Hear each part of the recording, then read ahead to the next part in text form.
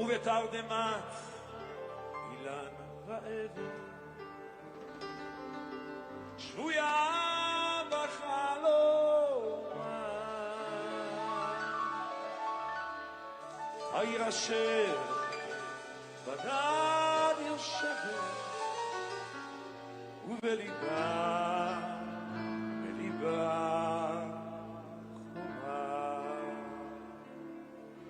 ירושלים של זהב של נחושת ושלו עלו לחול I'm Kalev Ben David. We are coming to you live from the Binyanei Ha'uma Convention Center in Yerushalayim, Jerusalem, Ira Kodesh, for a very special event.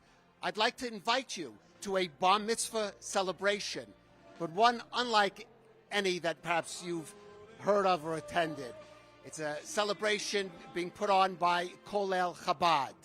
Now, of course, everybody knows Chabad, the religious spiritual movement of the Lubavitcher Rebbe, Menachem Mendel Schneerson, but not everyone knows Kolel Chabad, but they should know it. Now, when the Rebbe spoke, when we speak about tzedakah, charity in Hebrew, we say charity, but the Rebbe related it to the Hebrew word tzedek, its original root, which is justice, righteousness, because charity is something you should do. Justice and righteousness is something you must do. And that brings us to Kolel Chabad, because that really embodies that, I think, that principle. With me is Rabbi Zalman Duchman, the executive director of Kolel Chabad. Let's first talk a little about Kolel Chabad, Zalman. Good morning, good afternoon, good evening from wherever you're watching. Welcome to this special broadcast of ILTV. As we broadcast this most special event, it's Big Bar Mitzvah, put on by Kolel Chabad. Kolel Chabad is the oldest continuously operating charity in Israel, established in 1788 and continuous ever since. It was started by the Balatanya, the first Chabad Rebbe, Reb Shneir Zalman of Liadi, and it started. The Reb Shneir Zalman himself was very passionate about the land of Israel. Many people don't know, but the first organized Aliyah to the land of Israel was organized in the year 1777 by Reb Shneir Zalman, and he was part of the group that he himself headed out to, together with 300 other people to make Aliyah to the land of Israel. On their route, as they came towards, along the route, the students of Baal Shem Tov pressured him to go back to lead, and several years later he got message of the plight of the poverty in the land of Israel at the time, and he established Kolel Chabad, creating support, continuous support. So, and that continues ever since. This is a special bar mitzvah celebration. Well, let me ask you about that, because Kolel Chabad does many charitable. Yes, Kolel Chabad does many activities across.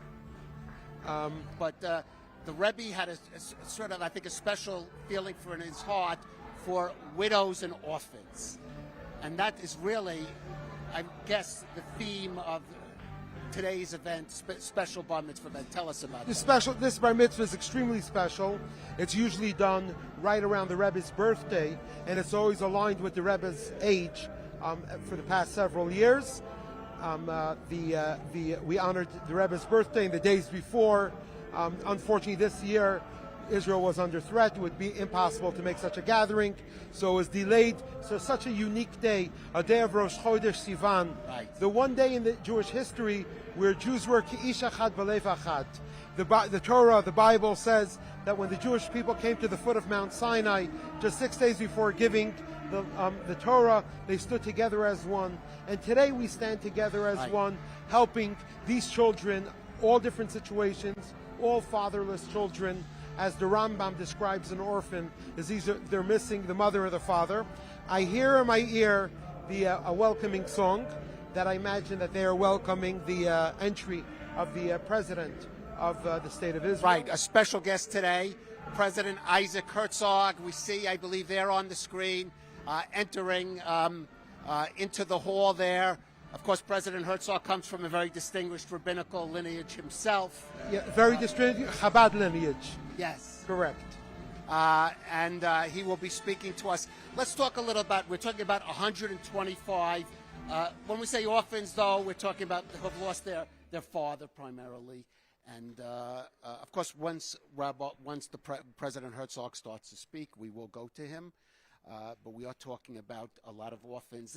We should say this is an event that's been going on for several years, but maybe it's achieved a certain urgency in recent years because of the number of orphans resulting from, unfortunately, the conflicts here that Israel has been engaged in.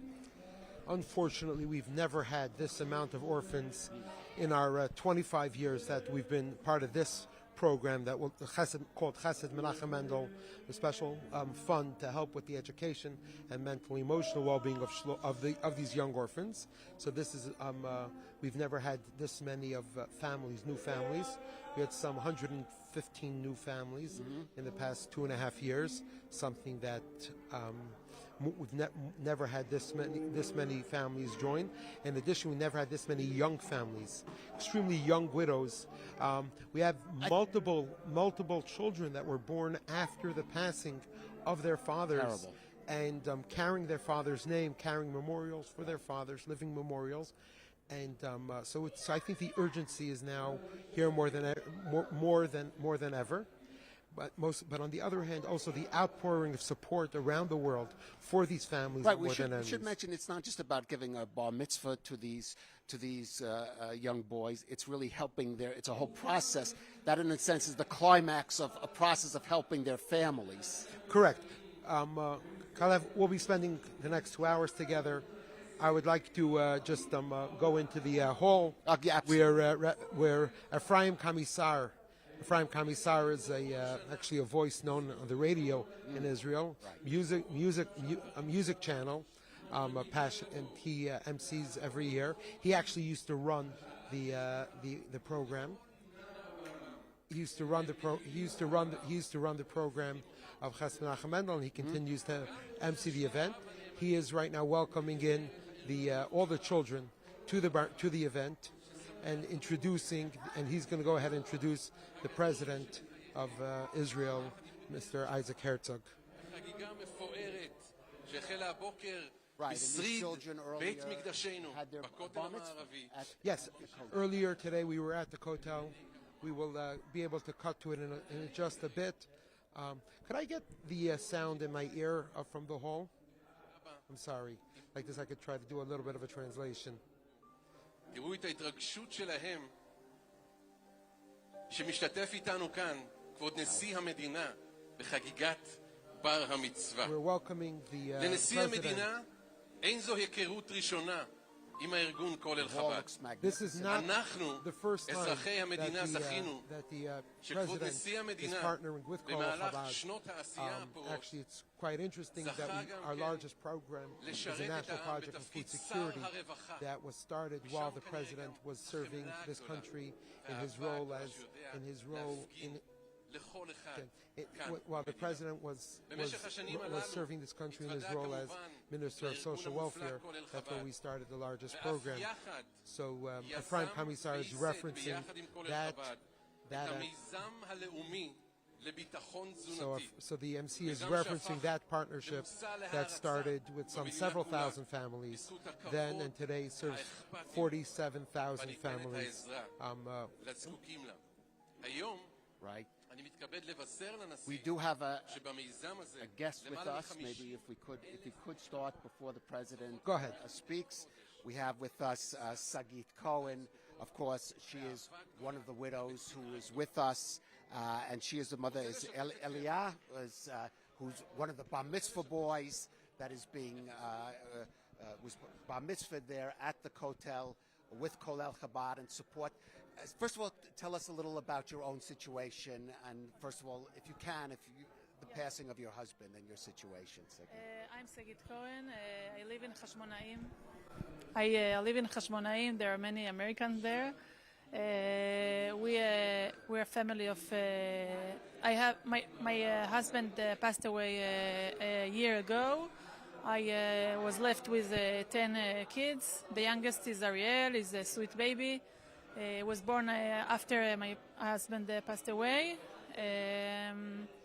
I think no one understands for sure what a widow has to cope with. Right, you have 7 children, that's correct? Is it, I have Nine eight oh, I'm sorry. children. Yes, 8. The youngest was born after the loss of my husband. Mazel tov on that. I think no one can understand what a widow has to cope with, but I'm so lucky to be a part of this Kol Chabad organization. They think about each and every kid. They let us to be part of activities, and they have many opportunities to grow, and they have tutors. They allow us to breathe deep, to get deep breath, and to gain strength. So stay with us because the President Herzog is about to speak. We're going to listen to what President Herzog has to say, and we will pick. Let her join us to enjoy the President together. Shalom, if we can hear. shalom lachem. Welcome, shalom, shalom. And everybody should know shalom means. חתני הבר מצווה. Cherished מכובדיי, children, honorable ראש guests, כולל חב"ד העולמי, הרב the שלום International דוכמן, Director תודה of רבה Chabad, לך. Rabbi Shalom Duchman, my מנכ"ל esteemed כולל father, חב"ד העולמי, הרב מנדי בלוי, שהוא ידיד יקר, ידיד נפש, שאני מאוד אוהב אותו. Mendy Bloy, אני the רק director אתקן, אני לא here in טסתי Israel. לארצות הברית עם אבא שלי, אני הייתי בארצות הברית, אבא שלי היה שגריר באו"ם, ואנחנו באנו בשמחת תורה, בשמחת תורה, He's correcting וזכיתי, באמת זכיתי, he's לקבל את correcting ברכתו של what הרבי. the MC said about מכובדיי כולם, receiving the bracha that he himself was born in America while his בני מצווה father יקרים was ואהובים, serving היום הוא Israel יום in חג his לכם capacity ולנו. of זה יום שבו in אנחנו the UN. מציינים את המעבר שלכם מילדות להתבגרות. Today we're celebrating a special ולמעשה day את הכניסה where לעולם each of you המבוגרים. are entering into הרבי adulthood. מלובביץ' The אמר Lubavitcher פעם Rebbe said once כך, as אני follows, מצטט אותו. and I'm going to quote, אני מאמין בפיזיקה, ובפיזיקה הכוח לא יכול ללכת לאיבוד, להיעלם. I believe in מה שהיה physics. קיים פעם, קיים לעולם. What existed will continue to exist. באוניברסיטת הסורבון בפריז. It's known that the Rebbe אותה studied תקופה גם למד physics הסבא in the שלי, הרב Sorbonne. הרצוג. He actually knew my grandfather, the ולכן president's הרבי הבין grandfather, בפיזיקה. and the Rebbe הוא אמר, understood מה שהיה physics. קיים פעם, קיים לעולם. He says whatever existed ובדיוק once will בשביל continue כך to אני exist. מאמין And therefore I בכוחו believe של עם in ישראל, the strength of the Jewish people, בפרט בכוח של הנוער, especially של עם ישראל, in the youth, שכמו אנרגיה as an אטומית energy, או the פיזיקלית, atomic energy יכול לשמש לטוב גדול. could ואכן, serve some great strength. The נערים great אהובים, strength, beloved children, מקבל צורה ומתגבר ומוצא אפיקים חדשים, get stronger, מרגשים, להתגלות בהם ולעשות טוב. ואתם תעשו טוב. והיום, הודות ליוזמה המבורכת של עמותת חסד מנחם, I would like to thank אנחנו זוכים the לחגוג את הכוח הזה כשקיים Chesed בכם, Menachem Mendel of Kol לברך Chabad אתכם ולהתברך for this בכם. major גם thing, חסד מנחם וגם giving me the כמובן honor כל חב"ד. אלה to ימים bless you מופלאים and to be blessed by you. אבל This is for מלאים you, בבלבול. important days for סערת you, רגשות. but also גם אני includes זוכר את הגיל הזה. in confusion. מגלים בו, I מכניסים I בו, also שינויים remember my age מסיביים, at Bar מעצבים Mitzvah, את האישיות. and you והעולם find, you שכל search, אחד מכם and each of מלא you are going to ברגשות, grow גם with ברגשות של both כאב. emotionally, והכאב הזה נובע מהמפגש המחודש and each עם of you העולם, are going to שלרוב find בעיני הילדים the מצטייר pains כבטוח of the ועוטף, world, ועם תהליך ההתבגרות הטבעי, הרגיל, כמובן מגלים בו גם סדקים.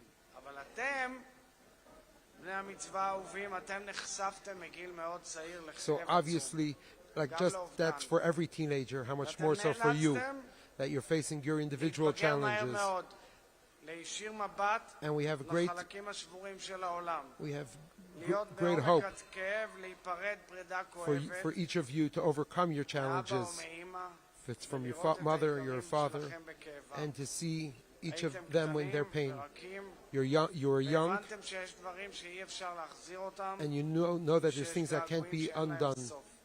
and things that don't have an אבל end. צמחתם מתוך הקושי But you והכאב. found joy in למדתם all this לגדול hardship. לצד You הכאב. grew beside and accompanied with the challenges. You're not only growing, but you're becoming stronger. Each of you is a victor of substance, a victor of mamash. Kalev, how would I say mamash? True victory. You came now from the Kotel, a very special experience. You were by the Kotel this morning, and you grew up.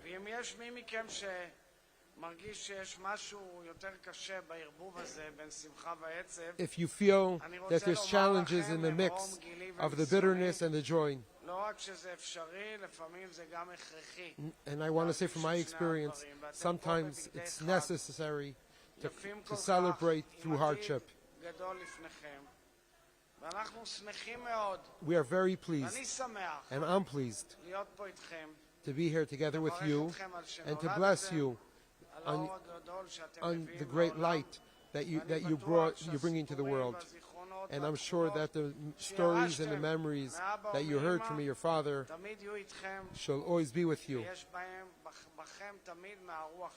and you'll always have the spirits of them. Today, as a president of the state of Israel, I want to say we love you and we're proud of you. And on this day, I guarantee you, just like we served your pain together with you, we're here pleased to celebrate the joy with you. That you should continue to grow and to sprout and to develop and to dream for the future. Beloved children, I conclude, I have no doubt that you will grow to be a place of pride, a great pride and nechama and consolation for your family, for your friends, for your teachers. And I wish you all only good and kindness should follow you for the rest of your life. And we love you very much, and Mazel Tov. Thank you so much. The President of Israel, Isaac Herzog, excellent translation. Sagi, let me ask you, the President spoke about the feelings of being bar mitzvah at the Kotel. I was bar mitzvah at the Kotel. My family flew from America for that experience. What was it like for your son and also for you, that experience? What did it mean? I am proud of him to be a continuous boy to his father, Zichrono Livracha, who continues to keep mitzvot and to be my son is a Kohen. He blesses Israel every day, and I'm very proud of him and his brothers. I have 5 kids that will be Kohanim in Bet HaMikdash Bezrat Hashem. Okay, very, very, very moving. And finally, I just want to ask, because, we're being watched. This is for an international audience. Kolel Chabad, you've talked about how they've helped you. What would maybe your message to the audience about supporting Kolel Chabad? President. Okay. We may be joined. We're going to see if we're going to be joined by... Yes, Sagi, thank you so much. If we're going to be joined by President Herzog. It is our great honor that the President is going to join us here in the studio. Yeah, he's a sit over there. Whatever, if you want me to. What? Okay. Okay. Could we? Okay. Right over here.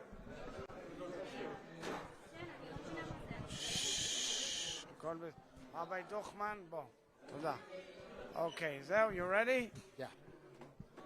So you asked me how was it, and first of all, Rabbi Herzog, No, President Herzog, thank you so much. What was it like? This is an event that, of course, helps orphans and widows. It's been for several years, but what was it like, especially in these days, to come here and speak to these orphans? Well, I think it's a great mitzvah, and I want to thank the organizers. It's been very impressive to see the kids beautifully dressed, mixing their feelings in a very unique day where they came from the Kotel. And I had the privilege to congratulate them as the President of Israel and tell them that, we bless them with good life. We know that they're overcoming enormous pain, but on the other hand, they're also maturing and moving forward. And I want to thank the Chabad people of all facets of Chabad. Well, let me ask you about that. Amazing work. We're living in a last world. Question. We're living in a world where many people are hesitant to express their Judaism in public. We hear, what does it mean for Chabad to be out there? Well, look, I have enormous respect for Chabad.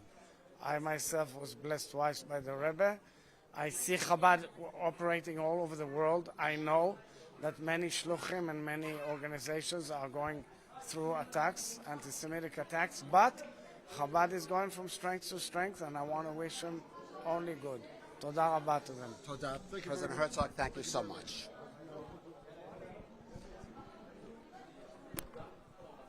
Okay. Well, I am. We just heard from the President of Israel, Isaac Herzog. Let me get your reaction to Zalman, to what the President had to say there. It was, number one, I was very pleased that the President joined. And we were actually told by the security that he's not going to come out here. And then the last minute, I see the President on his own chose to come out here. We're actually sitting, just for location, we're sitting in the main hallway facing Jerusalem of the International Convention Center. I obviously understood there was a hesitation for the President's security that the President should come out over here. It shows how important an event like this is to the country, that the country is able to the country, that the President feels an obligation to come to such a What does it say event. about the respect he has for Chabad and for the Rebbe? And this is someone himself who knows of Jewish tradition and comes from a rich background. It's like I mentioned earlier, this is not our first time together with no, this is Rachel Martin. We'll get to it in a second. This is, like I said, this is not his first time partnering with Kol Chabad in many projects, both in his capacity and when he served the country in the Knesset in multiple capacities, primarily in social welfare, and then now as president. I'd like to wish him long life, much success, and the wisdom and understanding to stand up to the many challenges that he has now in leading this country, in his role in this country, and his responsibility going forward. Now I think we should go to. Right, we're joined now. We have a guest, Rachel Martin. She is the director of the Widows and Orphans Intervention Program, and this is an event about widows and orphans. I spoke earlier how the Rebbe saw tzedakah especially applicable to widows and orphans. There was a special place for his heart. Let's talk about your work and what you do in terms of this and how it relates to this event today. Yes. What? We'll translate what she says. Okay. אני אדבר בעברית. She will speak in Hebrew. כן. ברוך השם, אני זוכה ללוות ולהמשיך את דרכו של בעלי. Yes. בעלי הקים את עמותת חסד מנחם מנדל. Yes. הוא נפטר לפני כמעט 3 שנים. Your husband passed away 3 years ago. Again, our Zichron Levrcha, may his memory be a blessing. זהו, אז היינו תמיד מעורבים בארגון של חסד מנחם מנדל, ומיד אחרי שהוא נפטר, לילדים היה ברור שאנחנו מצטרפים לארגון. So your husband, your participation predates your husband was, and you were very involved in this in the Menachem Mendel organization, and you see it as a legacy to continue on and to continue his work. זלמן, אני אצטרך תרגום. אני לא צריכה תרגום גם למה שהוא אומר. אוקיי. אני רוצה שאתה תדבר באופן אישי. תגיד לנו על העבודה שלך. Tell us about the work that you do. כן. אנחנו מלווים אלמנות ויתומים.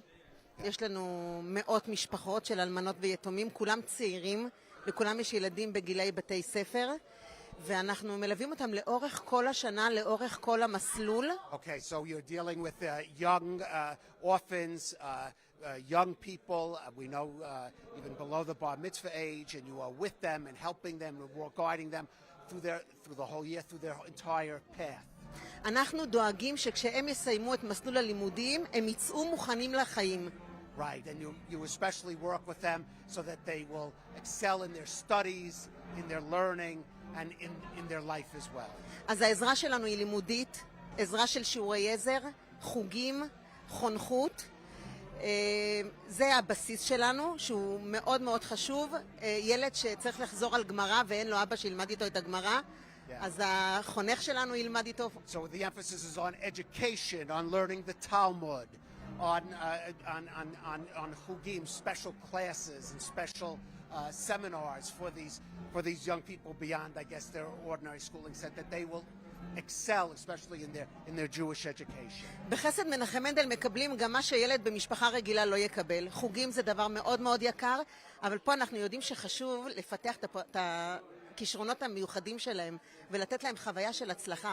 Right, as that people, Israelis know, beyond the normal classes in school, these special sessions and seminars can be quite expensive, beyond the reach of most kids. I'm sorry just to disturb. I just would like to go live to the hall where the chief rabbi of Israel, the Sephardic chief rabbi, Rabbi Yosef, just walked in. I'm not going to do a translation of his speech. I just wanted to welcome that he's giving a special blessing, the chief rabbi, that's giving a blessing to the students that are here. But I think we should go back to Rachel Martin. That Rachel Martin herself, since her husband's passing, gave up not of herself and of her children, and including Moshe. Moshe is one of the big helpers here. Right? Moshe, who he helps in all events for many years, and together with the other Martin boys by all the Chesed Nachum Mendel events, and we're close friends. And soon, when Rachel finishes, I'm going to introduce and interview Moshe. Okay, so just תגיד כמה מילים בסיום על הוועדה על האירוע הזה ספציפי, על הבר מצווה, תוכנית בר מצווה.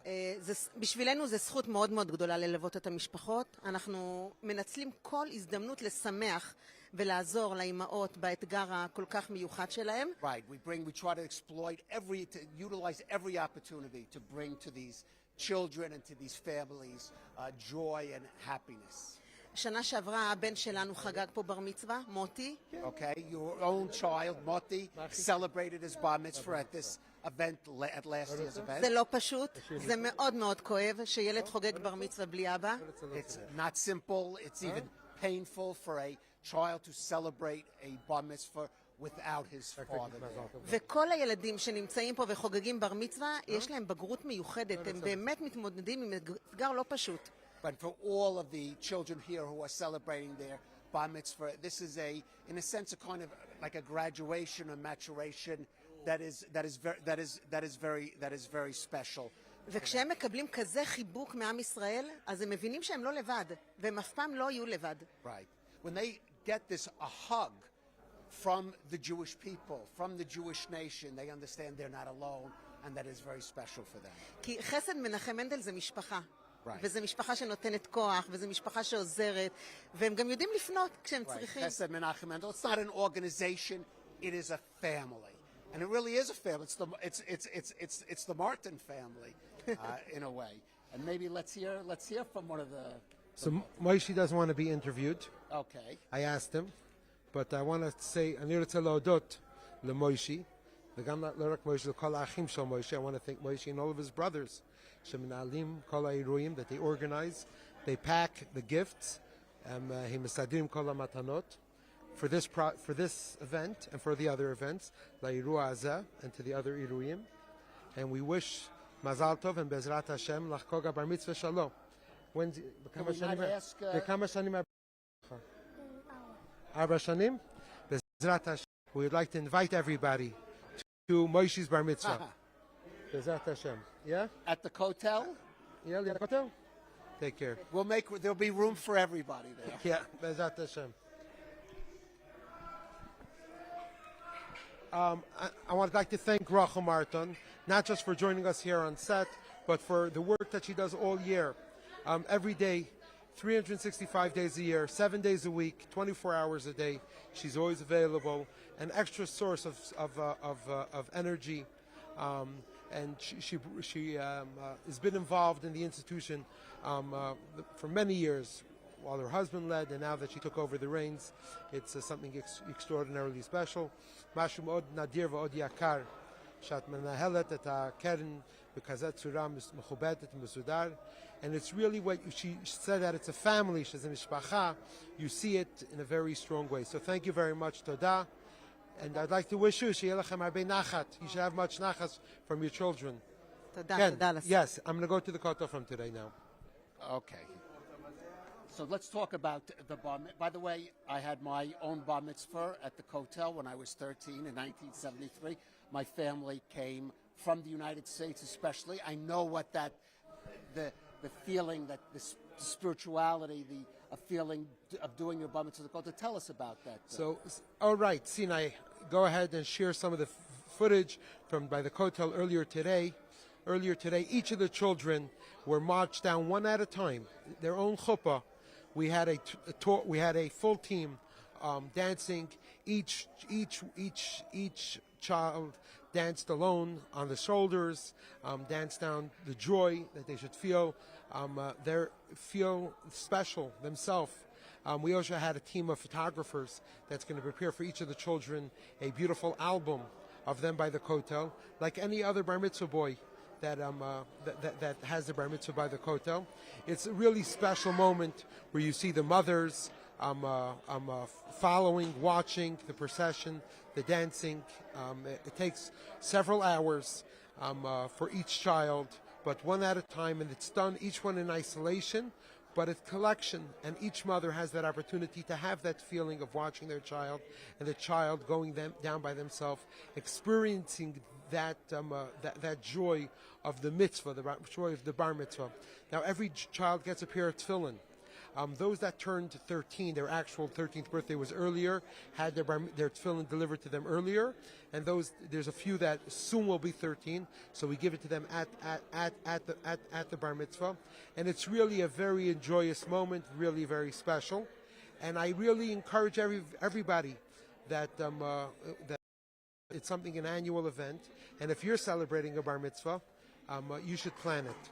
With this, I would like to turn over to Kalev. Well, we should say all of this good work would not be possible without people, tzaddikim, that are willing to contribute to this effort and to make it possible with the financial support that is needed. We have one of those benefactors with us, Harry Krakowski from my native New York City.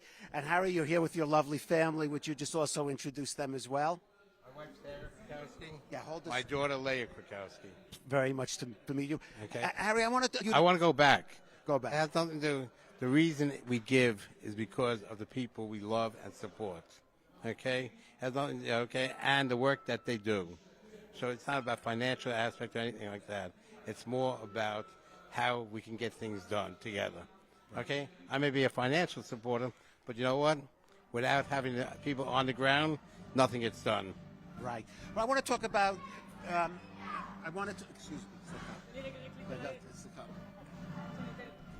Okay, Harry, I wanted to talk about your own background because I've done a little research. I know your feeling of wanting to be a part of that effort comes in part from your parents and your own personal history. Could you just talk a little about that? Okay, my father was a Holocaust survivor. Okay, he came from a large family in Poland, and he and his sister were the only survivors from the family.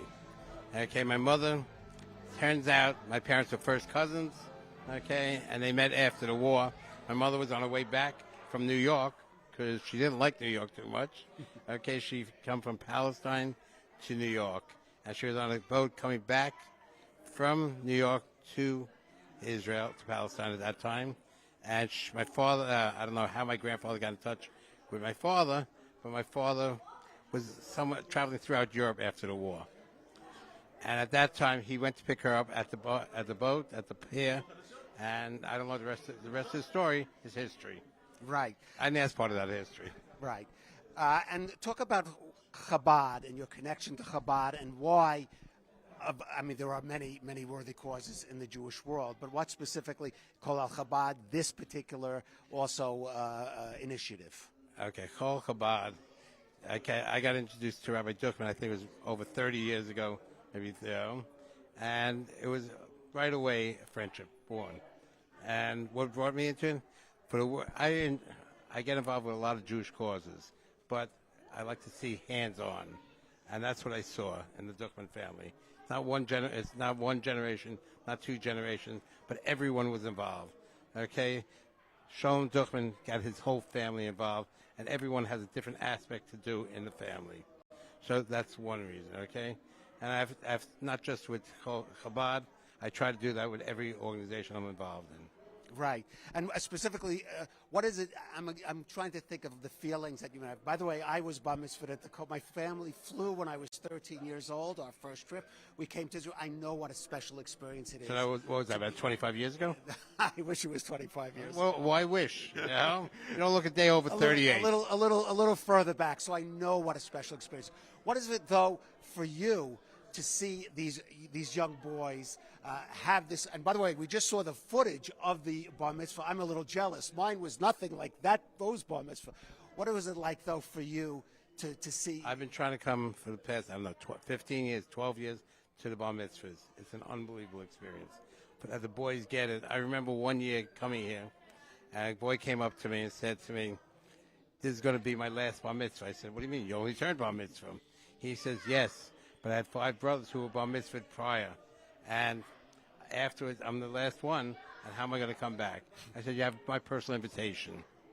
But now I'd like to hand over the mic to my wife. Absolutely. Okay, and she knows my aspect. She's much better speaker than I am. Well, let me ask you. I want to both your wife and daughter.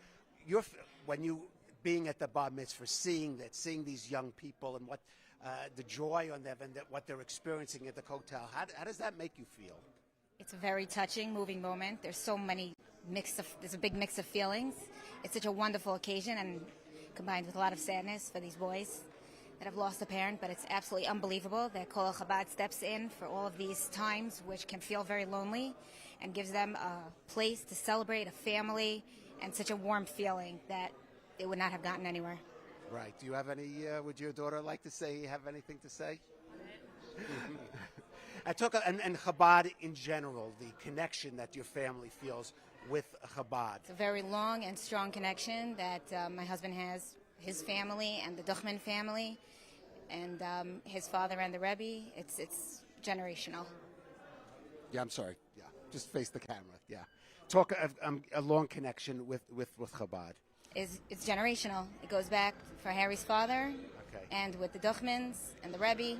Well, let me ask Rabbi Duchman if you have something you want to say too. Here's an opportunity to speak with Harry. I would like to share, one second, I'd like to share that Harry has, for the past 15 years, been to every bar mitzvah. There was times that he came, landed in Israel at 4 p.m., came straight to the convention center, danced, brings great energy, and one thing anybody knows, anything you do with Harry is fun.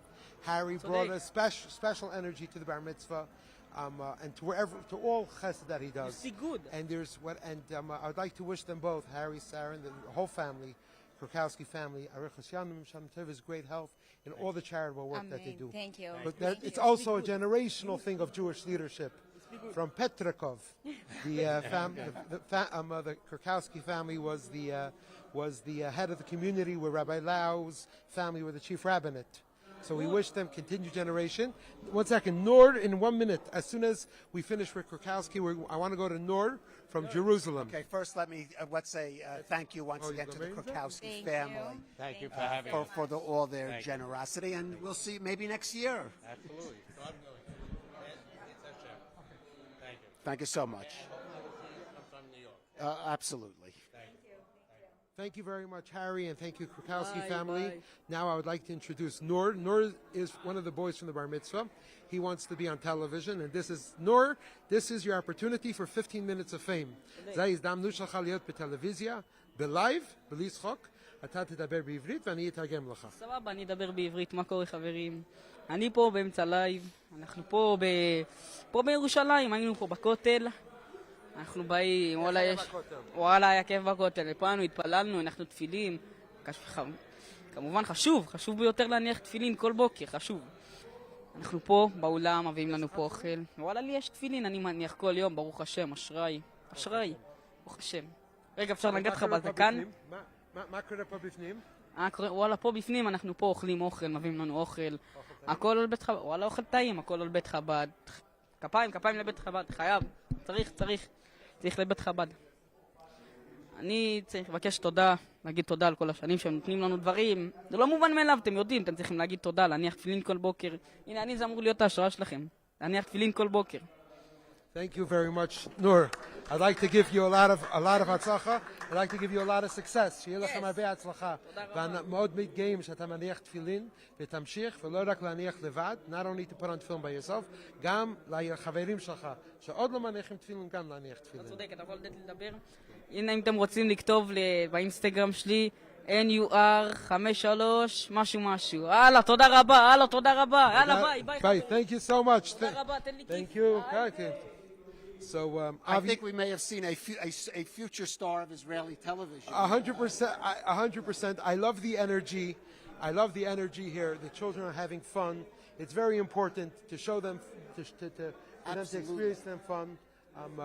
In the hallway behind us, you'll see a full entry of many Knesset members, rabbis, Knesset members, entering and exiting. Some of them will be able to see live. Some of them will be able to see their speaking. There's a very interesting experience that we have together with each of the children. There's a running game show that they ask children questions. Each of the children have a small piece where they could give the answers A, B, C, D, 1, 2, 3, 4, and each of them ask a question. And then I would like to on that side. Taf, face this way. Okay, we have a guest here. Have a seat. Go ahead. You're my Rabbi Shalom Duchman. Rabbi Shalom Duchman. International Director. The National Director of Kol Chabad. Rabbi, I just ask you to sit, if you could sit, Rabbi Duchman, facing that camera. And hold the camera. And Chaim. Of course. The microphone. We'll get the rabbi. Get a l'chaim, at least. We'll give a l'chaim, and please, if we could get a glass of water for the rabbi as well. Rabbi, let me ask you. Let's talk about Kol El Chabad and your family connection to it. It's extraordinary how the Duchman family has become so connected with Kol El Chabad, the oldest charitable organization in Israel. Can you talk about that and talk about how that began? Well, I don't think that you have enough time for me to speak about the connection of the Duchmans we'll try to make it, because my grandfather's grandfather, you're going back at least 130 years, that he was connected with Kol Chabad. We have, in fact, letters from him that he wrote to his family, how he's involved with Kol Chabad, how he brought money to the Rebbe for Kol Chabad, etc., etc. And then that was also with my great-grandfather, was exactly the same way, and my grandfather. And just bear in mind that my grandfather passed away at 60 years ago. So you're talking about a very, very long time ago of people, of families that were involved with Kol Chabad. And of course, this went to the offsprings, both my father and my aunts and my cousins and everybody else. So yes, indeed, it's a very, very special privilege to be part of this great organization. Now, Kol Chabad, I mean, we haven't even discussed the full range of its activities here in Israel, and abroad, which are many. But let's just start by talking about this particular event and this particular program of helping with the widows and especially the orphans, helping them, guarding them in this period of sorrow and hardship, and then really climaxing in this magnificent Bar Mitzvah celebration. Let's talk about this particular aspect of Kol. So this particular aspect of Kol Chabad was always, widows and orphans was always, of course, very, very dear to every single Jew. This is a central point when the Torah speaks about charity. The first thing that the Torah mentions is the widow and the orphan, and therefore one understands that they go through extraordinary challenges and extraordinary issues. What we've tried to do, and what we were revolutionary in doing, was not just helping out in the immediate help of the widow and orphan, but really to build something that should be able to be everlasting, something that we should be able to revitalize and rearrange and reorganize the life of the widows and orphans. And we realize that a major part of that is through education. A lot of these children have very difficult issues, challenges, in terms of, besides economic challenges, educational challenges, and that's where we focus on more than anything else. giving the proper tools to the widows and to the orphans, that they should be able to graduate high school, they should be able to be ready to go to the army, to be able to go to yeshiva, to be able to be ready to take on the big world. Rabbi Duchman, the program is not new, working with the orphans and widows and the Bar Mitzvah program. It's not new, but in the last few years, given the situation in Israel, the conflicts, I mean, I was just looking over some of the children that are here in the hall there and have been out, and their fathers, victims of terror attacks, fathers who fought in Gaza, in Yehuda v'Shamron, in Judea and Samaria. How has it been just the last few years? The relevance, unfortunately, in a way, of this, it's almost a program that was faded for this period in Israel's history. The last few years have really been extremely challenging, and you hit the button on the head, because it used to be more that we have to take care of the orphans. The widow was not such a big factor. Unfortunately, since October 7th, we have young mothers, widows, mothers that are in the 30s, that have little children at home. And besides the children, taking care of the children, you have to take care of the mothers. They don't know how to handle it. And we have to find the tools for them, to give them the tools and the way to overcome these issues.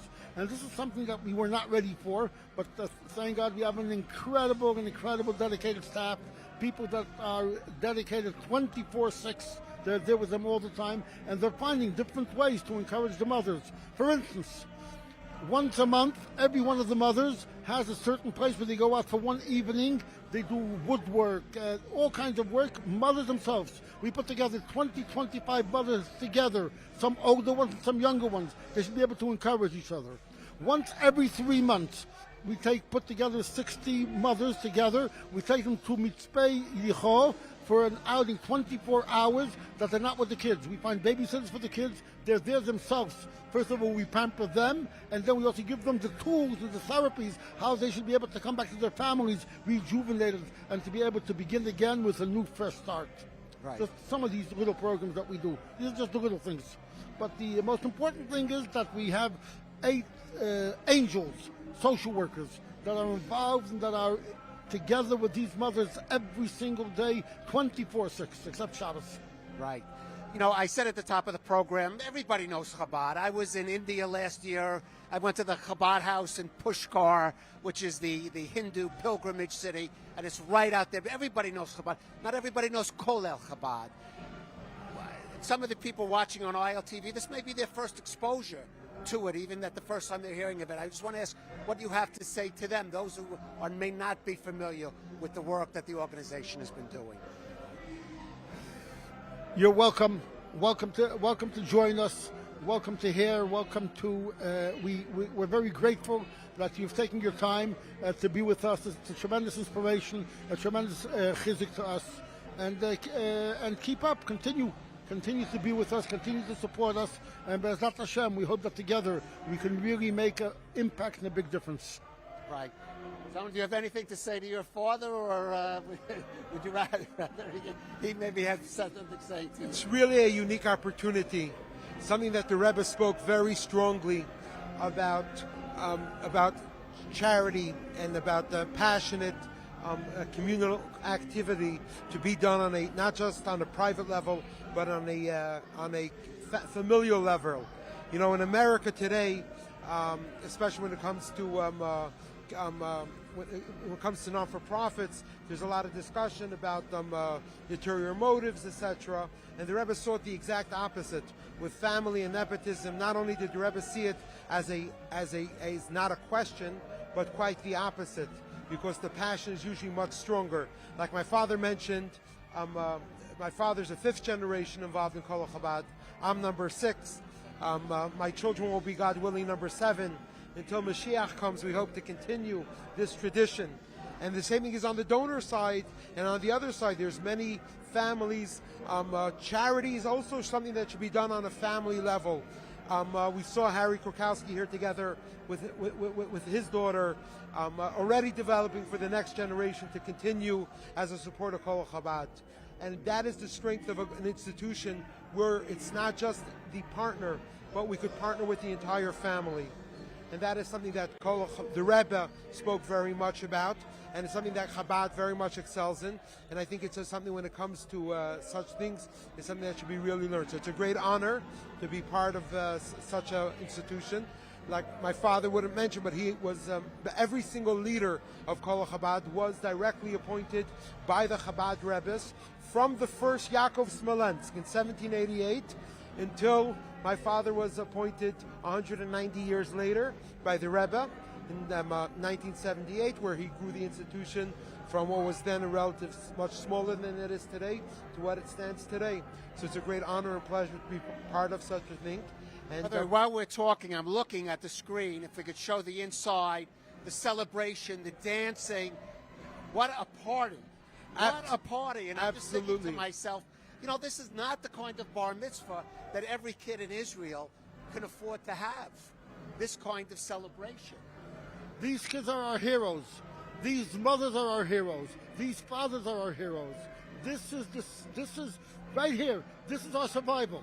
This is the reason. There's no greater celebration in this room. This is a celebration of soul. This is a soul celebration of the reason, the focus of our survival. We're around after so many years, trials, tribulations, issues. We were always the minute with 0.002% of the world. And nevertheless, we're here and we're stronger than ever. You know why? Because of this room. Because we all come together and we're all together and we will never give up. We will never give up. We are one. I'm even a little jealous watching that bar mitzvah celebration. I want to talk about maybe a little about the importance of this. Is, I mean, it's fun, it's partying, it's dancing, but it is part of a bigger education process. It's about bringing these kids to their roots and their Jew. Because we should mention that these are not all kids that are coming from a deeply religious or spiritual background. This is not about bringing children back to roots. This is about educating children. They should be ready for life. Our goal is that each one of these kids should be ready to join the Israeli army. Our success, when are we successful? When our orphan goes into the army, we know that we've been successful. Right. This is not about religion. Religion is very, very important, and kids that are religious, we want to bring into religion, but this is not to promote religion. This is to promote mentalkeit and readiness to be able to handle the world. Rabbi Duchman, I want to thank you for joining us on our broadcast and for all the good work and the chesed that you have done over the years. Thank you very much. It's a pleasure and an honor to speak to you. It's a privilege to be here and to be with you. Thank you so much. Chazak ve'amatz. Thank you so much. It's a great honor to be part of such a great event. If anybody would like, whoever would like to participate, right, we have another guest joining us. Yes, we have another guest joining us, Mr. Arthur Luxemburg. Mr. Arthur Luxemburg. Arthur Luxemburg, chairman of the United Soup Kitchens of Israel. We talked about how none of this would be possible without the generosity of people like Mr. Luxemburg. Arthur, thank you so much for joining us. Thank you. I want to first of all look at this party, Arthur. Yeah, it's pretty unbelievable. It's epic, awesome, a very emotional experience to be here.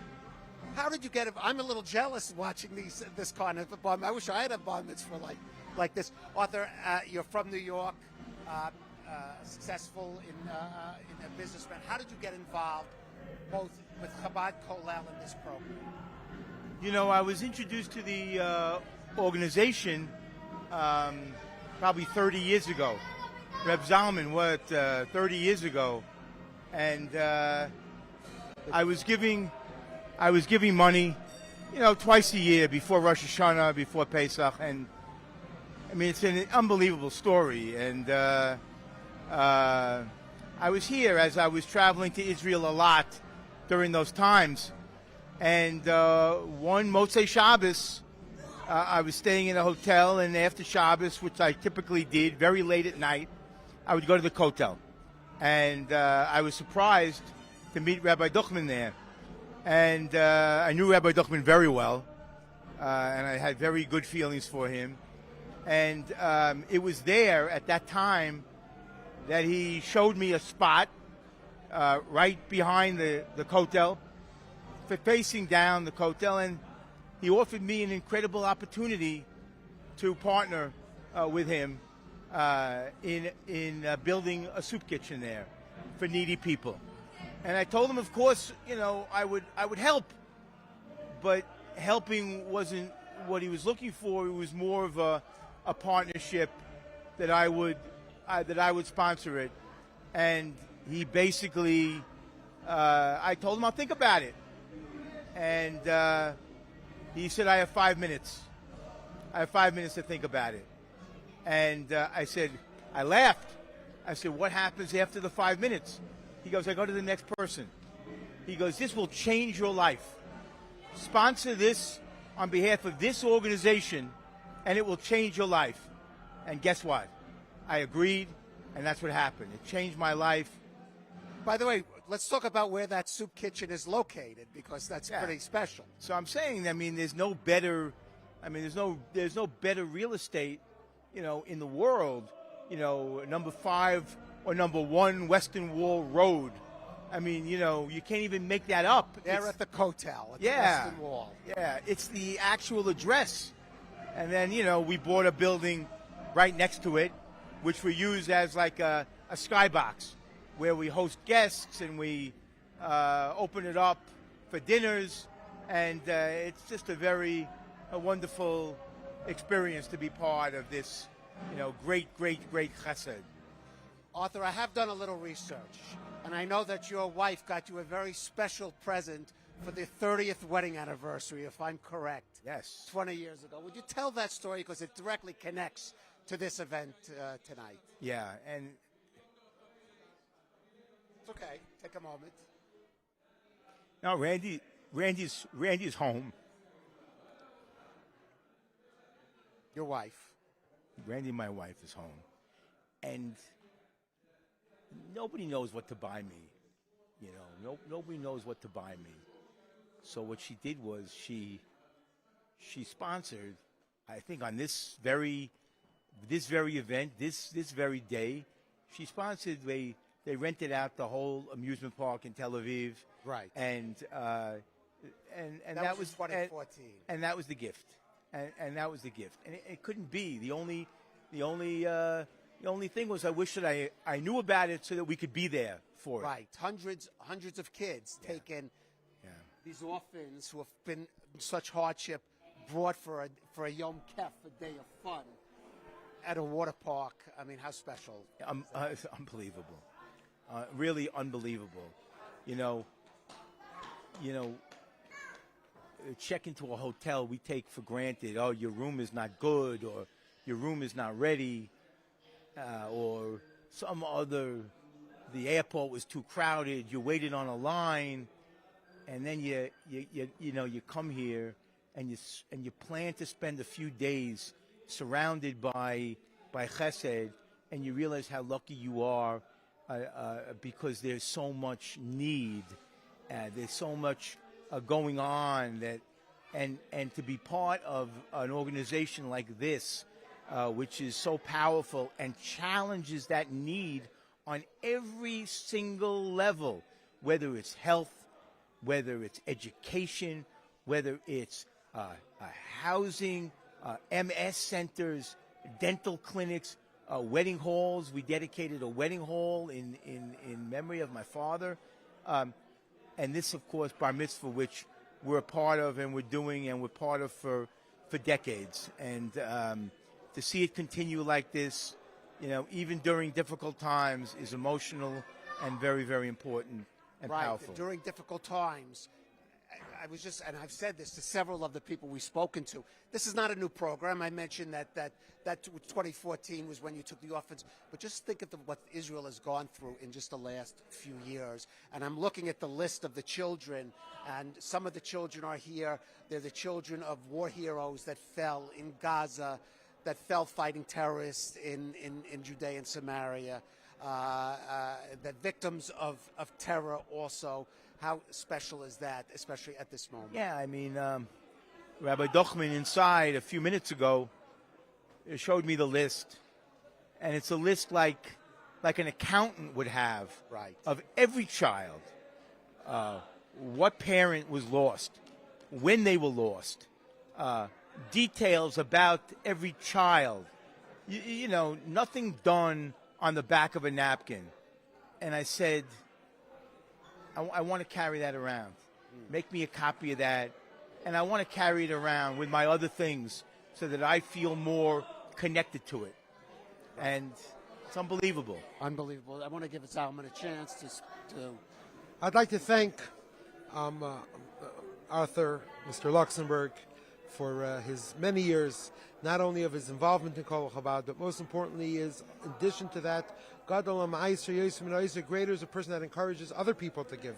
The amount of people that he lent his name to, the United Soup Kitchens of Israel, that serves over 1 million meals to elderly in soup kitchens, and during the war delivering to their homes. And Arthur takes a very active role in our soup kitchens program, in the dinner program, and also in upgrading, bringing Kol Chabad into the 21st century the way it should be. A great visionary, man of passion, person that puts his money where his mouth is, but speaks very passionately about Kol Chabad. Opened the doors to all of his friends for Kol Chabad.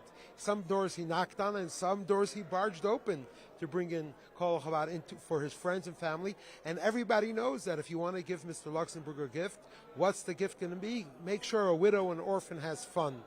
You want to do something for him for Pesach? Send something special to the needy. And that is really, the truth is, the greatest gift you could give an affluent person. What are you going to buy an affluent person? Another tchotchke, a toy, a game? The greatest gift is you could bring them a good cause to support, and you support a good cause in their honor. And it's something that is that the fact that that Arthur led the way. There's many copycatters that copy what he does, and he's a great leader. And that's what great leaders do. They encourage other people to do the same. And on that note, Reb Zalman, I want to just again, I did it once before, because typically, you fly under the radar, and even though you're on television now, you don't get right. I've said that repeatedly today. Everybody knows Chabad, but certainly not everybody knows Kolel Chabad. And when you speak about Kolel Chabad, Reb Zalman's father, Reb Shalom Dachman, is really the eagle, behind that. But it's a family business. It's a family business, and I'll never forget during COVID when there was no dinner because you couldn't be open. We had a dinner. Reb Zalman organized a dinner, remote dinner, a virtual dinner, and it was epic. And he gets a lot of credit for the back office operations that nobody sees, the seamlessness of the organization. And I want to thank him again for his leadership and his love. Thank you very much, Arthur. We'd just like to share a short video for the audience. This is from 2 years ago's bar mitzvah, when David Olner came together with his son. It was something that was shown by one of our dinners, where Arthur takes a very big lead-in for everybody to enjoy.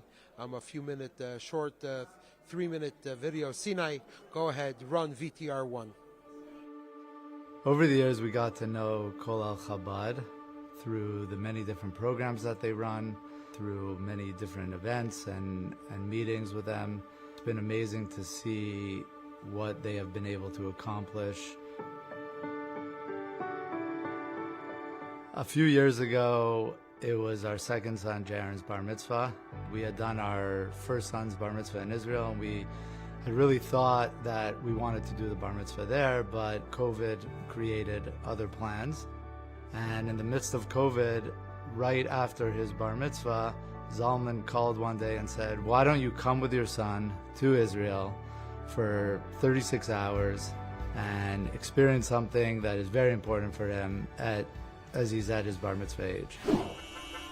What we got to experience in those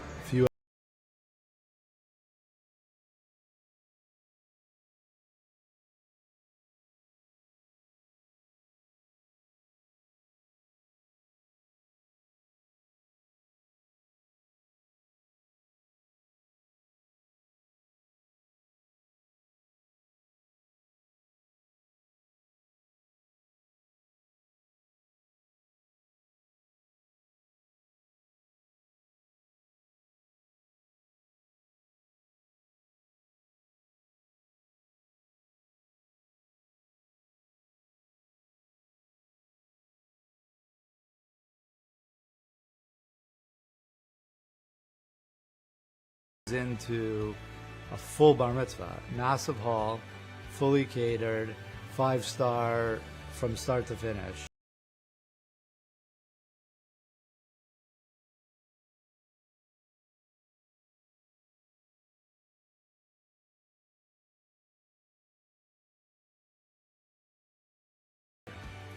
You could see it. You could see it in their faces from the time they're at the kotel till the dinner. They really felt like that day was very special to them. And I'm sure that has an impact on them for many years to come. Me and my daughters were so excited. We wanted to take home, the gift as well. It didn't feel like a handout. It felt luxurious and beautiful, and the women were so excited to be getting this gift. Just the smiles and the warmth and the joy of seeing them get this gift was really just unbelievable and priceless, and there's just nothing like it. You're really giving people, fulfilling their dreams. You're providing through the trips that they do and the retreats and the activities during Chol HaMoed and the fun events that they have to find a way for these families to get back to a life that they deserve and that they will hopefully prosper and have a wonderful life for many years to come.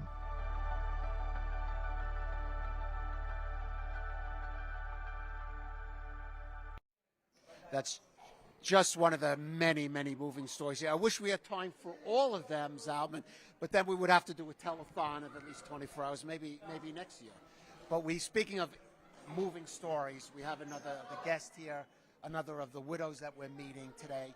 With us is Galia Igat Chosen Barzilai, the widow of Dave Barzilai and the mother of Nevo. Galia, thank you for joining us. Tell us a little about your story. Okay, so I'm 47 years old. I lost my dear husband 2 years ago. In Zayin B'Sivan, by the way. Next week it will be 2 years. It was my entire world. We actually been together like 20 years. We raised our children together. We had a lot of difficulties, but actually we created from all of this, we took the good things together, and we actually succeeded to be a great family, loving family. He was a very significant character, father for them.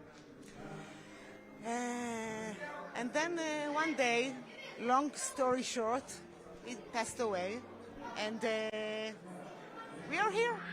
We are trying to be happy for him and for us, to fulfill all his wishes, and to live in happy and to do good for this world. That's it. Well, tell us about now Kolel Chabad, how they got involved and what has it meant for your family? What is so I want to say something. I thought my whole life that I'm a person that helps, that gives, but then I met you guys. Actually, you have the power to take us and a lot of families and keep them going, to live in respect. Everything I need, they are helping me with money, with activities to our children, and now all this bar mitzvah party. Thank you for having such a great people in our world. Really, it's priceless.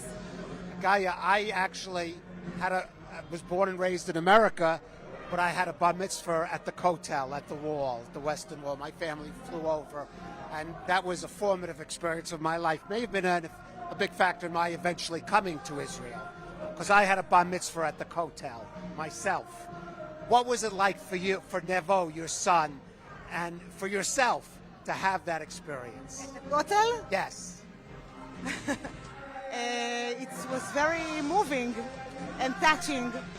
It combines a lot of feelings, because in the one hand, you are very happy to see your boy gets to age of 13. Jerusalem, the Kotel itself, it's very moving and emotional for us. And the memory of my husband, their father, that probably he's here with us now, and he was at the Kotel too. Yeah, certainly he's here. Certainly your husband is here. So it was very, very, how do you say it, emotional? Yes. Very happy also. Yes. I mean, speaking of happy, I'm looking at this bar mitzvah. I've said it, I'm kind of jealous because I did not have a bar mitzvah like this. Not many kids, and unfortunately there are many kids in Israel that can't have. Maybe, growing up in America, you take these kind of celebrations for granted. In Israel, no. What does it mean looking at that screen and knowing your son is in there and with these other kids having this kind of bar mitzvah celebration? And what will it mean for him, his connection with his Jewishness and his heritage, having this kind of experience? I think for us it means a lot because we are coming from משפחה חילונית. A secular family. So we don't actually do all the things that you are doing here. But now it's very, very give us strength. Yes. To know that we are not alone, that God is with us, that you are with us, and actually you are teaching my kid how to להניח תפילין. Right, how to lay tefillin. Exactly. So for me, it's very, very important because I have you to connect me a little bit more to ליהדות. Right, to Judaism. Exactly. Galia, I would like, Galia, in the name of all of the international family of Kol Chabad, I'd like to thank you for letting us be part of your life. From my experience, the women here are extraordinary heroes that raise their family in such a special way, with such a great responsibility, and they take it and they triumph in such a special way. So I'd like to thank you for allowing us to be part of your life and part of your experience, and letting us to be part of your story. Your story is not your own private story, but it's a story that you allow to share it with us, for us to be part of this heroism. And I want to wish you much hatzlacha, good life, and much nachas from your children, and to watch them continue to grow. And I sure will stand beside you, the entire Kol Chabad family, beside you, until your children are all married off and beyond. Thank you Mazal very tov, much. Mazal tov. Thank you very much from the bottom of my heart, and I really, really, really don't think I could sit here if it wasn't you. Thank you very much. Thank you for joining us. It was our honor. Thank you. With this, again, we see the joy of the hall that's continuing. The party is continuing. And with this, the next one, Kalev, is going to be my younger brother, my little brother. Whatever he does right, he learns from me. Whatever he does wrong means he's not a good learner. This is my little brother, Ephraim. I'm meeting the entire Duchman family. You're meeting not the entire Duchman family. Not the entire family. But I work with two of my brothers and my father. The four of us work very closely together. And I'd like to go ahead, Caleb, you take over. Well, first of all, Rabbi, sit up with your back straight. Face, that's your camera. That's your and camera. Speak loud. This one here. No, I'm a good teacher. I teach my brother what to do. This one here. But I want to, again, this is the question I've asked your brother, your father. What does it mean to you? Kol Chabad is such an integral part of your family. I mean, it's almost like, it's not a business, it's almost like a family. What does it mean for you, especially on a day like this when you come and we see this kind of a magnificent event? How are you just even feeling now emotionally? It's amazing to be here today. I've been getting messages now on my phone, those that are watching live from Boulder, Colorado, and friends from Boynton Beach, Florida. We have friends in Boston, which are watching, friends in Brooklyn, and I see many donations came in as well since the live. You know, people inspired to help these orphans, especially many of these boys. We're helping them to go to camp in a few months. It's special to be part of the family history and involved with Kol Chabad. Just want to share, we just kept spending hours this morning by the Kotel and being at the Kotel, dancing with these kids. Every child comes and, they come, some of them with a mother, some of them with their grandmother or a relative that brings them to the Kotel. And the way the Kol Chabad staff and the social workers meet them and with a smile and a hug, and each child gets their pair of tefillin and dancing with them to the Kotel. It was a beautiful morning. We're talking about 125 boys, every boy coming, getting a new pair of tefillin, opening up it from the plastic, fresh, clean, and the first time they're putting on tefillin.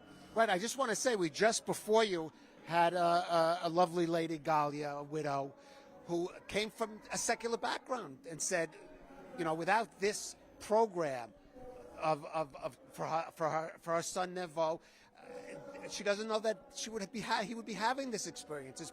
This is sort of the essence of what the Rebbe's mission was, the hikravut of bringing Jews to their heritage. And everyone, there were two boys that I was speaking to from Bet Yam. They said they had never been to the Kotel before. They're twin boys. They got their tefillin right there and then. Their father, they're the only two in their family. Their father passed just a few years ago.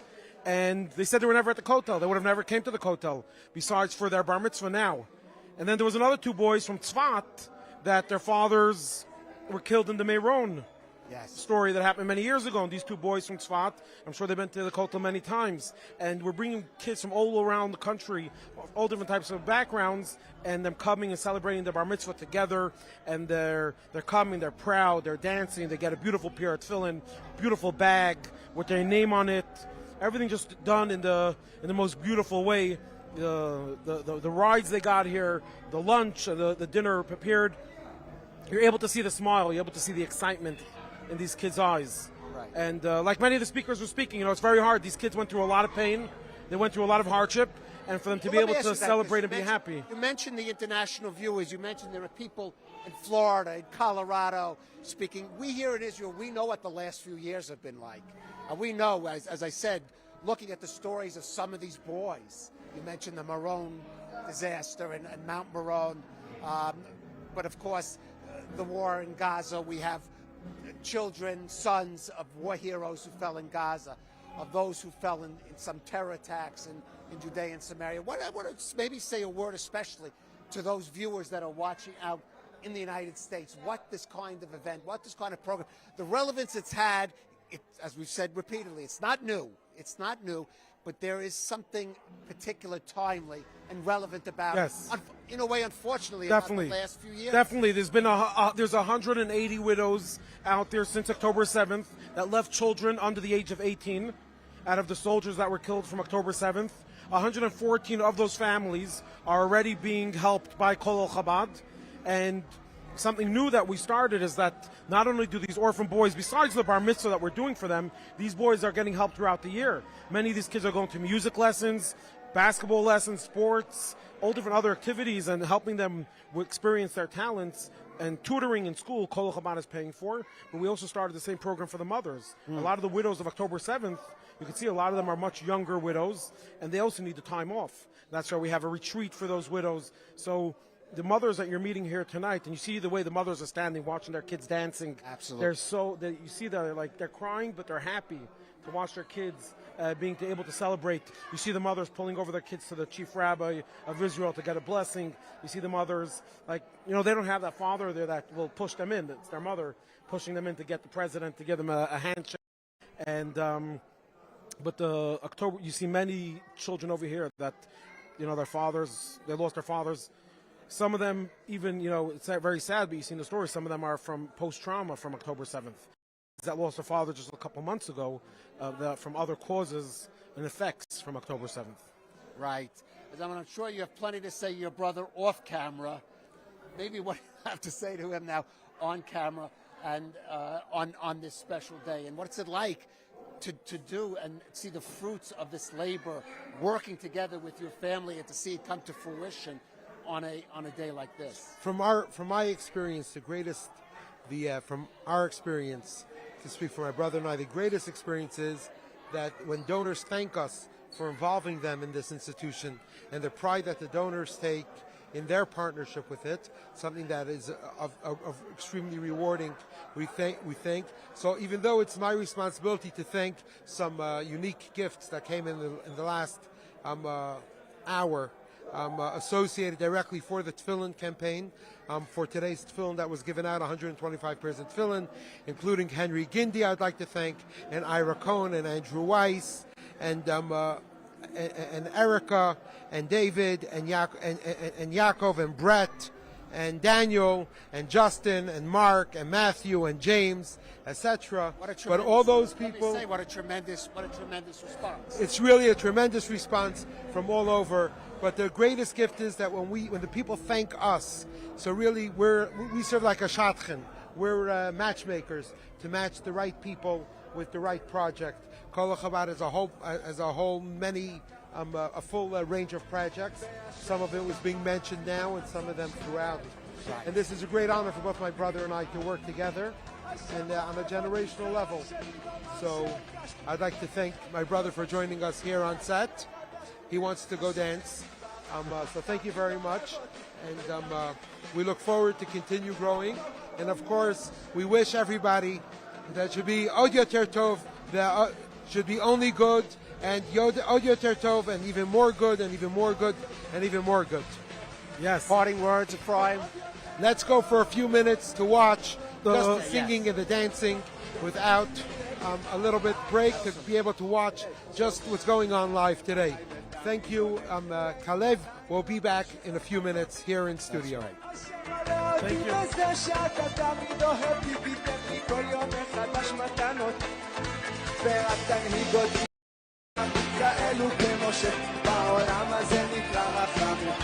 אבא שלי הוא כולם שכן, אתה שומע את תפילות, מחייך נהיה בריאים ונשים שהשם יתברך, תמיד אוהב אותי ותמיד יהיה לי רק טוב, השם יתברך, תמיד ותמיד יהיה לי.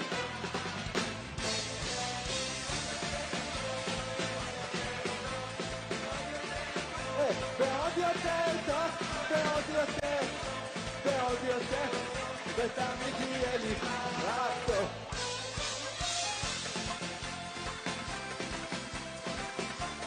איזה כיף יהיה לנו רק טוב, ועוד יותר טוב.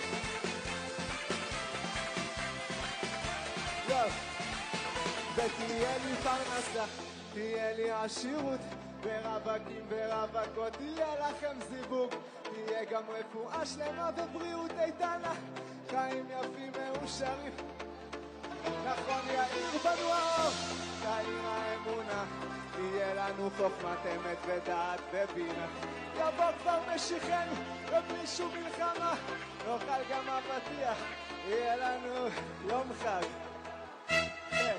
תהיה תמיד אוהב אותי, רק טוב ויהיו השם, תמיד אוהב אותי ותמיד יהיה לי רק טוב, יהיה לי עוד יותר טוב ועוד יותר טוב ועוד יותר טוב ועוד יותר טוב ועוד יותר טוב ועוד יותר טוב, שתמיד יהיה לי רק טוב. עם ישראל חי! ועוד יותר טוב ועוד יותר טוב ועוד יותר טוב ועוד יותר טוב ועוד יותר טוב, תמיד יהיה לי רק טוב. And welcome back with us. And we've talked about some of the stories of these families and these children. And so first I would like to pause for station identification. You're joining here live, the Kol Chabad Bar Mitzvah, Mega Bar Mitzvah for 125 orphans, live from Jerusalem. I would like to thank ILTV for broadcasting live. I would also like to thank COL Live, based in New York, for feeding this broadcast to their viewers. And I would like to thank all those that are watching and for joining us here for the great joy. Each of these, when you say 125, it's 125 children, 125 individuals. But each of these children have a unique story and a unique life. And some of the stories that we captured from earlier bar mitzvahs, we have that we recorded from those that came to visit and shares a story. Special story led by David Shabe. David Shabe joined us by the bar mitzvah 2 years ago, and we captured a wonderful story that him, together with his friends, joined. And I'd like to ask Sinai if you could please begin and run VTR 3 for us to see one of the great stories of a past bar mitzvah. I see a guy in a wheelchair, and I see that another guy's pushing him, and they bump into me. I turn around, I see the guy in the wheelchair, and he tells me, I want to dance with my grandson. I take the grandfather, I push him right next to his grandson, and the grandfather's shining bright like you never saw in your life. He has a tear coming down his eye, and the grandfather grabs the boy like this, puts him on his lap, and he gives him a blessing, and he starts crying. Week after the trip, Rabbi sends me a picture. He's the oldest of 5 brothers.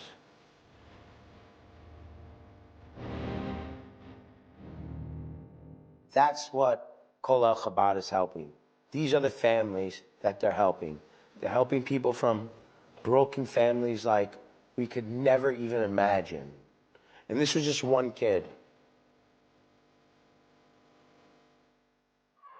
That is just one of the many stories, moving stories, Alman, that we have so many. I wish we could put all of them, give them all time in front of the camera tonight. Of course, we are limited by time, but we do have yet another one of the mothers here with us, Rinat Katz-Wolf, one of the widows with us. Rinat, thank you for joining us. I would like you to tell us a little about your story, as much as you can, your personal story, and then how you became involved with Kol El Chabad. Okay.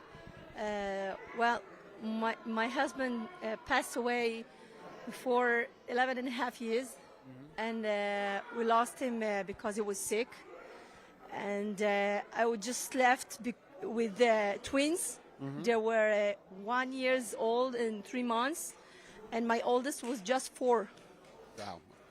Obviously, they didn't understand what's going on, and they didn't understand about the ill of my husband.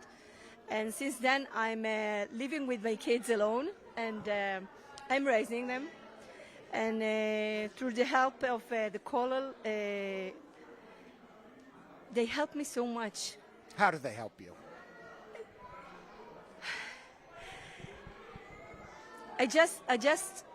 There was a woman, magic woman, I called her, named Leah.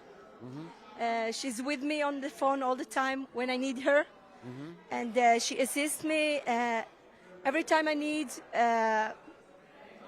to get help for the kids with private lessons in math, in English, and through the help of their kollel, my kids got the opportunity they have. They can use the potential to be good person, good and be big people. Right. I don't know that our foreign viewers understand how much those extra lessons, chugim, subjects like math or English are quite expensive here and out of the range for many ordinary Israelis, and how significant that is. It is very significant because I couldn't afford it by myself. And through the help, they could get the help they needed till today. And today, my son is having the bar mitzvah, and he's still going to go tomorrow to his lesson through this help. Right. He's not too tired from all the celebrating. Let's talk about the bar mitzvah specifically. Why it's so emotional today. I couldn't stop crying in the kotel because it was so... I missed my husband so much today, especially. Well, maybe he was there in spirit. I know he's there. I have to tell you something very special. When we finish all the ceremony near the kotel and we get out, he just stood for a few seconds and he spoke with his sister. And suddenly, a white butterfly just came above his head, turned around, and just flew away. I knew he's here. I knew he's here. I know he's here. I know he's with us. Right. What does it mean for, like, connecting your son with his Jewish roots and his... It's very important to me. I know it was very important to his father. Right. And we're not a religion family, but we understand and we believe and we keep the holidays and in our ways. And it's very important to me that he will have all the way that he's supposed to do his bar mitzvah. I would like to, B'Shem, the name of the whole Kol HaChabad family, thank you for allowing us to be part of your life. Thank you. Because that permission for us that you share what's your personal hardships with us and let us share makes our life so meaningful. Our community, it's what makes us one. Today, Rosh Chodesh Sivan is when the Torah said, Ki ish echad b'lev echad. I just want to share, we're right now live. Rabbi Amar, the former chief rabbi of Yerushalayim, is now speaking to the Jewish people, to the children, and he's blessing the children. And soon he's going to do a special bracha, special blessing together. And so he's asking the children to stand up. If you can make it a little bit louder in my ear, that I could try to translate what the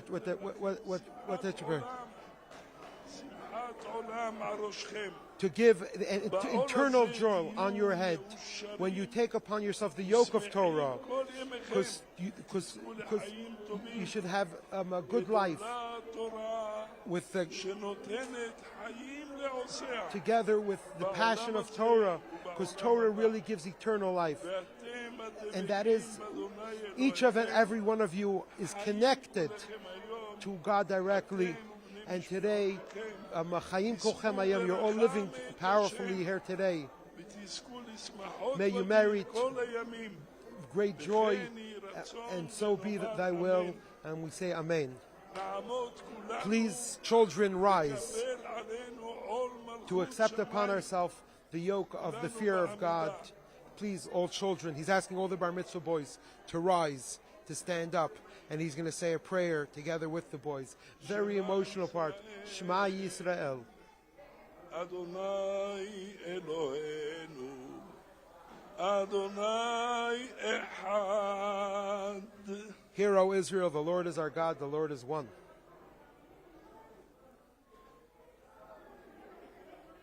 Adonai hu ha'Elohim, Adonai hu ha'Elohim. The Lord is our God, the Lord is our God.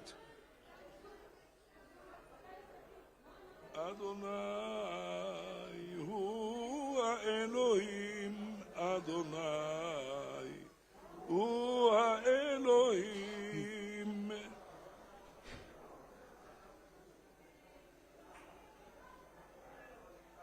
Adonai melech, Adonai malach, Adonai imloch le'olam ba'ed.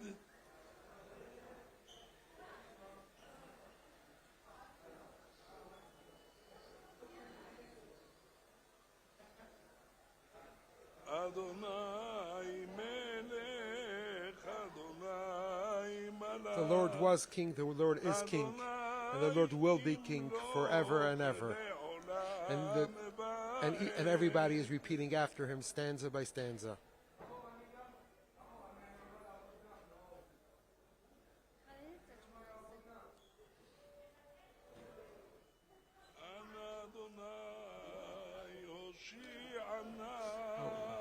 Oh, please, Lord, help us.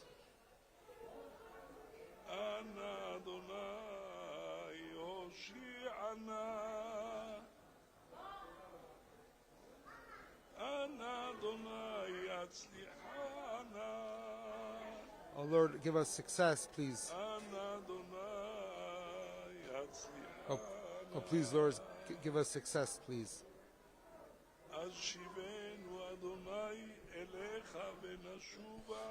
God, return us to you, and we will return. Renew our days as the past. A little risky doing this on the fly. May it be your will. We turn to our Father in heaven, which obviously has a lot of meaning here tonight, that we should merit to receive the Torah that we'll be celebrating in 6 days on this Friday. To love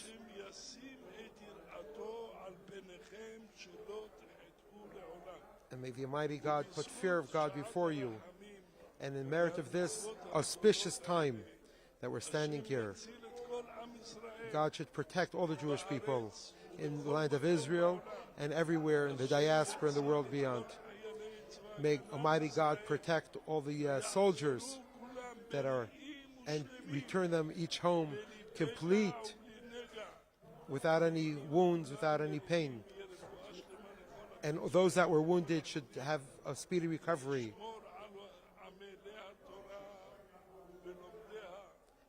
And may God protect those that, and bring us all the final redemption with the building of the Beit HaMikdash. May it be speedily. Amen v'amen. What a special moment. What a special. Very emotional.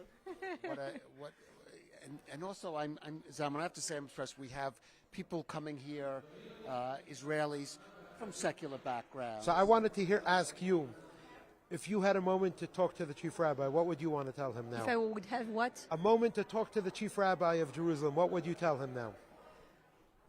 To pray for us all. To pray for us all. Every Jew all over the world, wherever they are, whatever they are doing, to be united, to be together. Be united. And that is such again, the Rebbe saw the big tent. That's the theme of today, of Rosh Chodesh Sivan, when the Jewish people came to Har Sinai. It said, Vayichan Sham Yisrael Neged Ahar. The verse says that Vayichan in the singular, that they, one, not Vayachanu. Usually it's Vayachanu. I'm not a Hebrew linguist, but that's what I was told when I was a child in Hebrew school. That Vayichan is singular, Vayachanu is plural. Yeah. And Rashi says, Vayichan Sham, they rested singular, Ki ish achad belev achad, like one person with one heart. One of the things that we see by an event like today is how we are all one, how we are all united. Although maybe we look different, we may vote different, we may view life differently. That's what makes life fun. That's what gives life color, our differences. If we were all the same, it would be boring. Yeah. But we see the unity, the oneness. You have children from all different backgrounds, from all different situations, from medical situations, other situations. But in essence, we're one. And if we ever question that, we could always ask the anti-Semites. They hate us all equally. They don't care how much Shomer Shabbat you are and how much Tefillin you put on. They hate us all equally. I was going to say, if only Am Yisrael could be as united all the time as it is today in that room. Yeah. That would be something special. It's correct. And what you said... It would be easier for everybody. It would be easier. And that's what Mashiach will bring. Right. And until then, we have to savor times like today, that we come together as one. One in joy. It's a lot more fun to be together in joyous occasions. Renat, so thank you so much. Thank you for the opportunity to speak with you and to tell. Thank you so much. Thank you. Thank you so much. Thank you so much, Renat. All the best. And again, it's a moving story. Again, I wish we had time for all of the stories, but maybe, Zaman, let's take a look now at another one of these stories that we have. Another story could be Corey Horowitz that also joined us. That is VTR number 2, Sinai. And this, we will go for Sinai. Go ahead and roll VTR 2. Again, I would like to thank COL Live for broadcasting. I would like to thank the ILTV for broadcasting here live from the Jerusalem International Convention Center, the everlasting capital of the Jewish people. Yerushalayim Yer HaKodesh, Yibana V'Zikonen. Ladies and gentlemen, enjoy. And then there was one kid that stands up right by the bima, was very familiar. I knew his face from somewhere, but I couldn't pinpoint where it was from. And he stands up there, and then I see over the mechitzah, I see a woman, which was his mother, I recognized her too, and I'm trying to figure out where I know her from. And it ended up being that this was Ari Fold's son and his wife. Ari Fold's father happened to have been murdered by a terrorist within that year.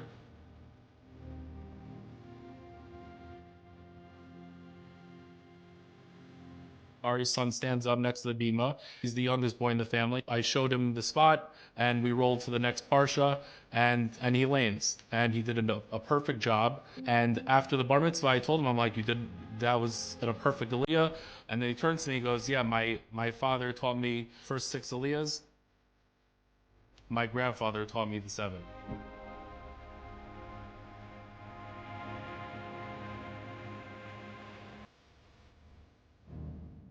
I knew I was there for a specific reason, and just being there, it changed my perspective on everything, my perspective on life. And I knew that I wasn't there just for a bar mitzvah or for 120 bar mitzvahs. It was for a way larger picture, and to understand what Kol Chabad does for each individual child. They go above and beyond, and I just couldn't be more proud to be part of such an organization and such an amazing place.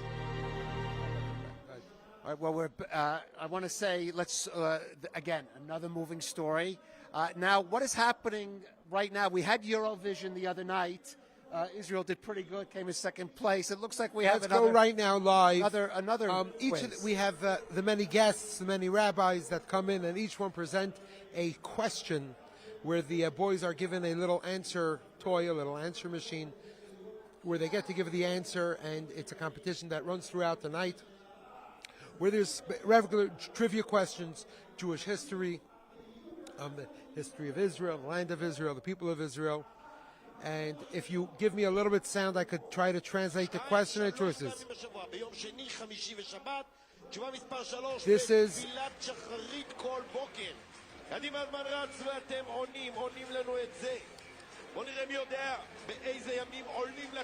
in which days of the week do we go up to the Torah?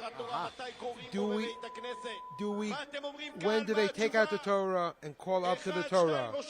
Number 1, 2, or 3. And I didn't get to see the choices, it was too fast. But the answer is number 2, 3 times. Now, technically, obviously, on a regular week, it's Monday, Thursday, and Shabbat. But even though today we are continuing to the next question. Yerushalayim is called Jerusalem, the holy city. What are the other 3 holy cities? Is it Akku, Beit Lachem, and Akku? Is it Beit El, Bnei Brak, and I can't hear the last one? Or is it Tzvat, Hebron, and Tiberia? What are the 4 holy cities? Jerusalem, we know. That's a given.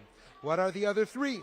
And I'll just give you the answer. The right answer is Hebron, the city of our forefathers, where they're buried. That tomorrow we celebrate Yom Hebron, 59 years of the Jewish community returning back from 1929 to 1967. The Jews were not there. And then Tiberias, and then, of course, the holy city of Tzvat. Now, the next question, how many mitzvot are there?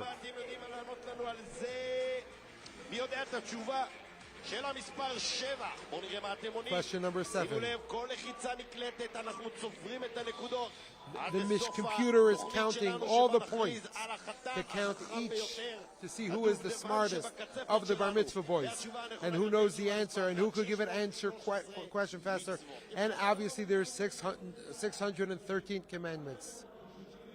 No, not yet. I think it's. I hope our viewers are playing along with that.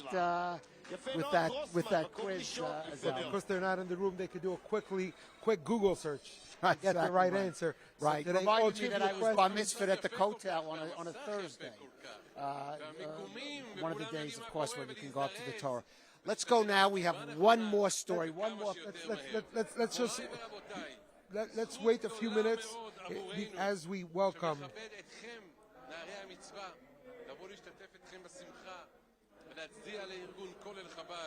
אני מתכבד להזמין את כבוד הרב הראשי לישראל, They are welcoming הרב the מאיר בר Ashkenazi, שליטה. the Ashkenazi chief rabbi, Okay.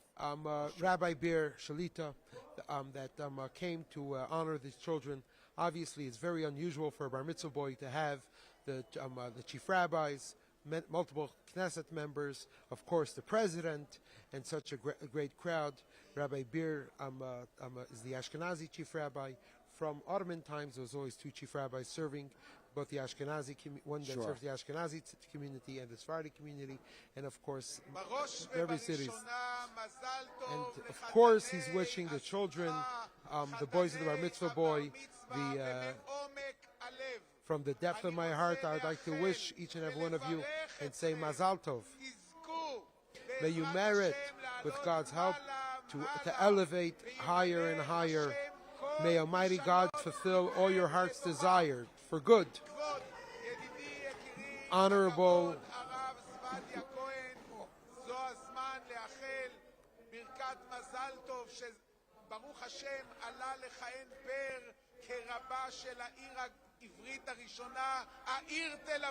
he is right now wishing a new chief rabbi to the city of Tel Aviv that was just appointed, that was also present. He's recognizing some of the chief rabbis of cities that is present, that came for this great honor. Obviously, not each and every one will be given the honor to speak, but as a chief rabbi present, he is mentioning some of the honorables that are there. From the depth of my heart, I'd like to bless those that work every single day, each of the day of the year to serve these children. Rabbi Shalom Duchman, that in his merit that this event is taking place. And I would like to tell you about Rabbi Shalom Duchman. He is a true messenger of the Rebbe, a shliach of the Rebbe. And what is the wisdom of a real shliach? And what is a real shliach? A shliach, he knows what would bring the Rebbe satisfaction. And the necessity of a shliach is, just as a sidebar, Kalev shliach has to have his own rationale to be able to deliver the message on their own, or they accomplish it on their own.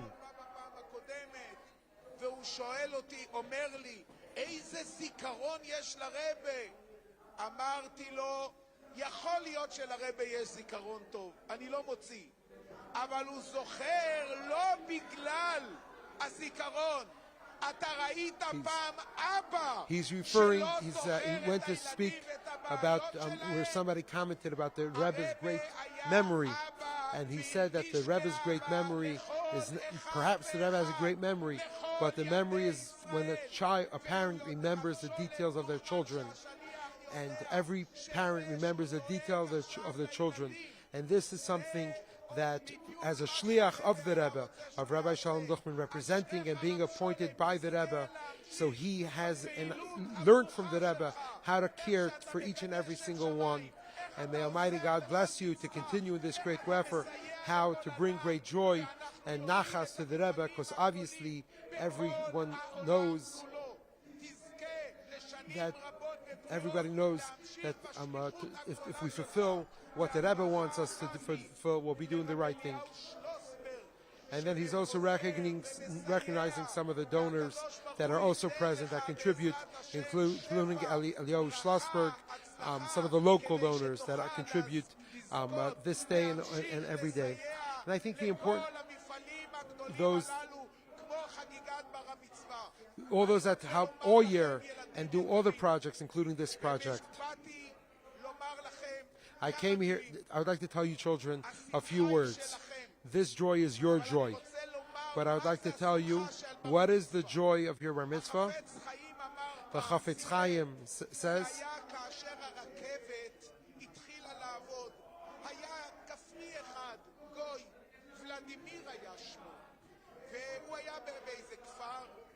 אתם יודעים, רוסיה היא מדינה ענקית, אבל בוולדימיר התגלגל הגלגל והוא נהיה עשיר גדול, ויום אחד הודיעו לו שהוא צריך להיות במוסקבה, He says that there was a gentleman from a small village, a simple guy, Vladimir, and he was very successful. He wanted to have a great opportunity to go to Moscow. He knew his horse and wagon won't make it, so they told him that you should go to the nearby great city in Novorominsk, and he saw a big train to be able to take a train he asked him which class of service do you want for the train from Novorominsk to Moscow. So they said you have a choice. You could take first class, second class, or third class.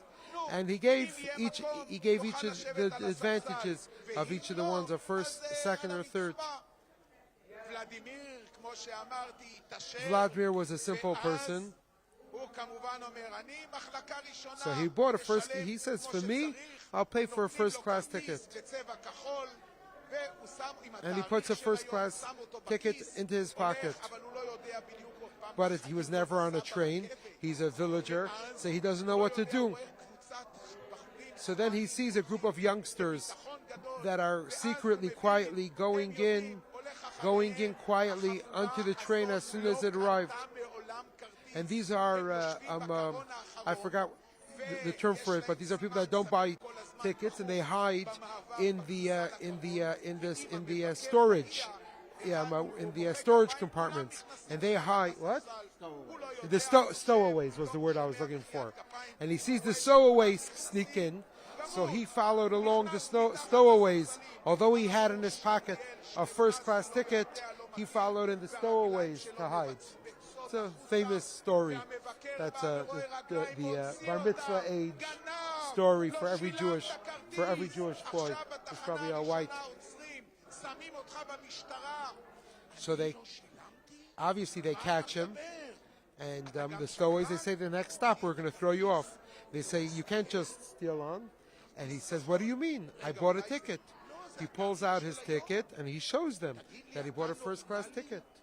So they say, why are you hiding in the stowaway if you have a first-class ticket? You should be in the first class. Boys, bar mitzvah boys, remember that you have first-class tickets, and your continuity of life should be on the first-class level, top level. We are right now, right before Chag HaShavuot, that Almighty God shows us from all the other nations. We're not just another nation. We are something unique, something special. We have to be one nation, and that is what brings light. So I'd like to express to you, ladies and gentlemen,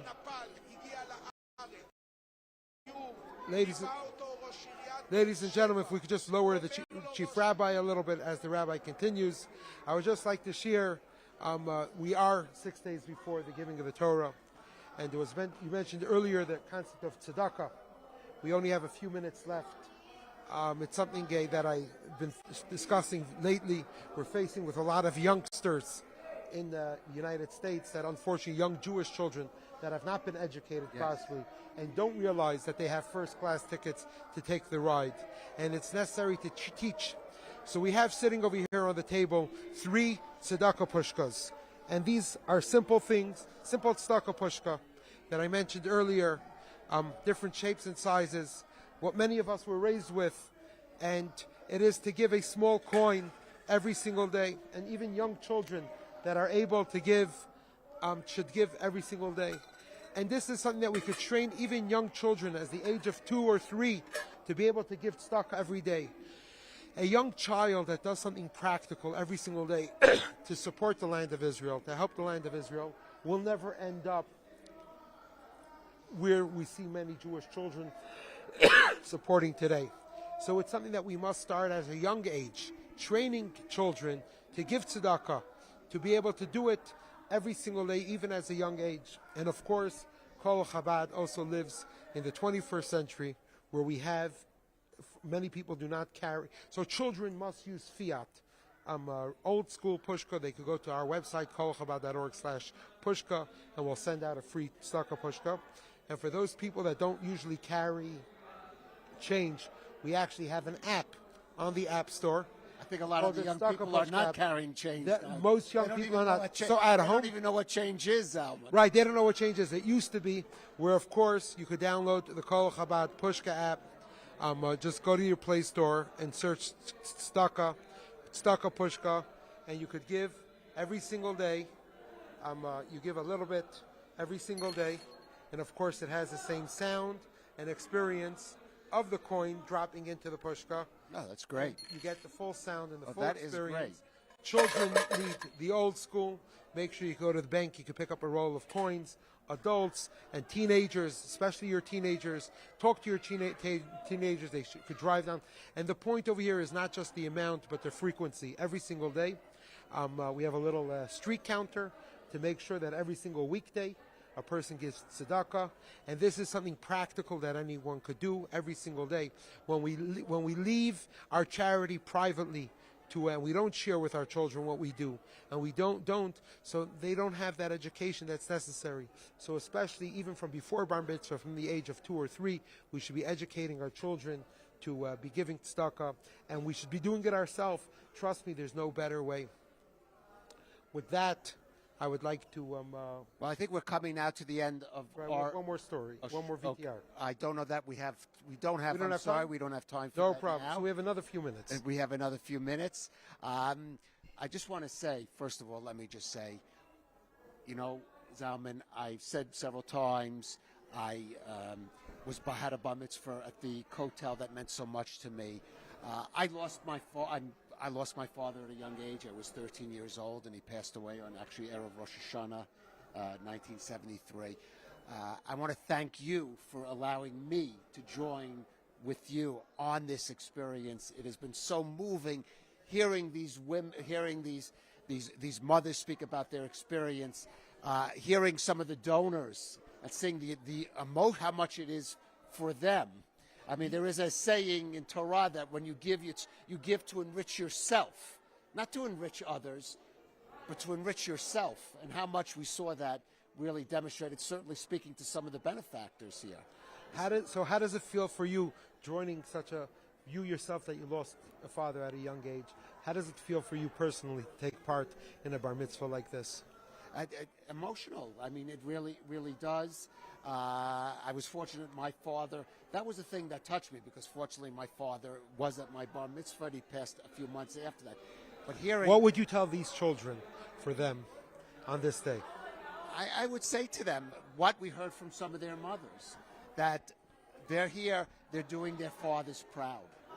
They're doing their fathers proud, whether their father passed away from an illness, whether he was killed in a terror attack, whether he died a hero fighting terrorists. What they're doing today is doing their father proud, just like the rabbi said. They are not stowaways. They are in first class. They're leading the train now. This is the day. What do we say on a bar mitzvah? This is the day you become a man. And this is their first step towards it, the first step to taking over the train. And Kol Chabad is equipping them, giving them the necessary spiritual equipment to lead that train, the Jewish people, the Jewish history into the future. Kalev ben David, I'm sure that you are doing your father proud today, taking part in this extraordinary bar mitzvah. And may our Father in heaven, and the fathers of each of these young boys that take great pride and beseech the Almighty God, and to beseech our Father in heaven to see the great kindness that the Jewish people around the world, this bar mitzvah, the 125 children are the children that are enjoying the bar mitzvah, but it's a partnership of thousands of people around the world, tens of thousands of people that contribute to this cause and to many other causes like this. And may our Father in heaven look down and see the great kindness and the unity that we have on this day, Rosh Chodesh Sivan. Like, what a way to start the month of Sivan and to start the week of Shavuos. Absolutely. And this Friday is going to be Shavuot, where we're going to receive the Torah. And together with receiving the Torah, we're recreating that bond between us and God that that bris, that covenant between us and God. Everyone should make sure to bring your children to the synagogue on Friday to listen to the Ten Commandments this upcoming Friday for Shavuos. But remember, what unites us all together as one, Jews here in the diaspora, is our connection that we do together, the connection when we help each other, our connection all together as one. And with that, I'd like to give station identification. We are here together, ILTV, the Kol Chabad Ches Menachem Mendel Bar Mitzvah, that is also being broadcast on COL Live. And we would like to thank each and every one of you for joining us. I'd like to thank Kalev. I would like to thank all of our donors and all our contributors. And thank you so much. And Kalev, I'll give you the last word. Just thanks to viewers. Thank you. Thank you so much and have a great day. And L'Shana Haba B'Yerushalayim, everyone join us together.